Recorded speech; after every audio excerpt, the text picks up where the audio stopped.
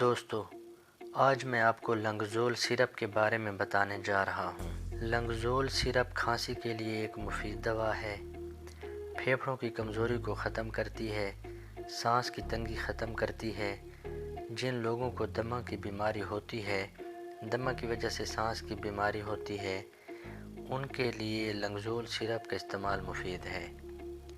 पुरानी खांसी के लिए मुफीद है, सीने की जकड़न को ख़त्म करती है, ज़ुकाम के लिए भी मुफीद है, फेफड़े के मरीज़ों के लिए एक ख़ास दवा है, जिस्मानी कमज़ोरी को ख़त्म करती है, बुखार के लिए भी मुफीद है, लागरी के लिए मौसर दवा है।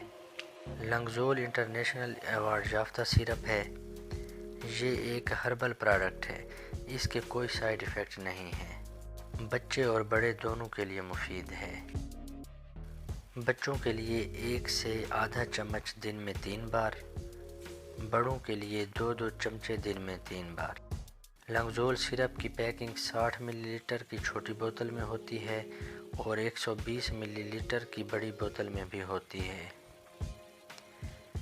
लंगज़ोल सिरप 60 मिलीलीटर की कीमत सिर्फ 45 रुपये है और 120 मिलीलीटर सिरप की कीमत सिर्फ 75 रुपये है।